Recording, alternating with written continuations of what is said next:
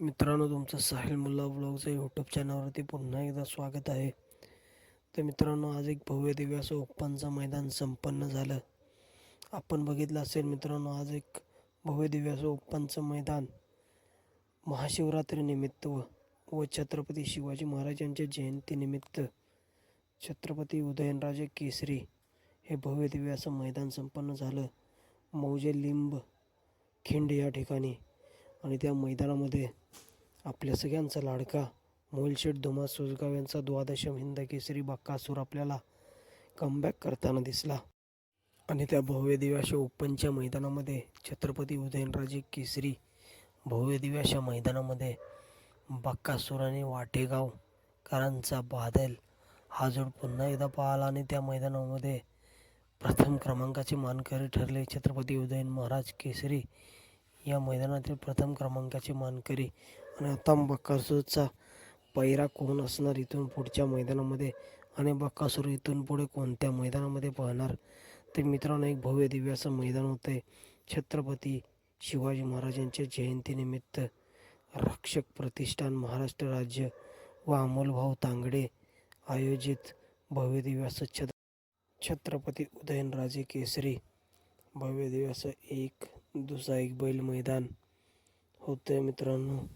24 February 2026 आणि हे मैदान होतं मित्रांनो MIDC मैदान कोरेगाव या ठिकाणी.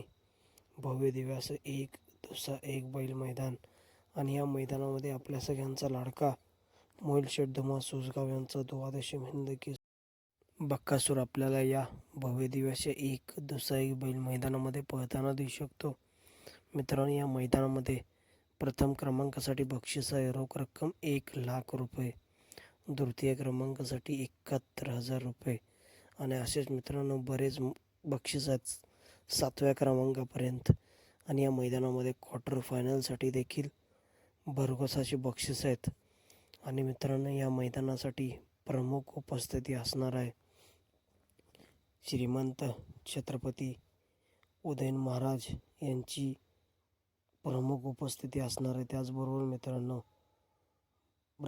रक्षक प्रतिष्ठानचे संस्थापक सुशीलदादा मोझर यांची देखील या मैदानाला प्रमुख उपस्थिती असणार आहे.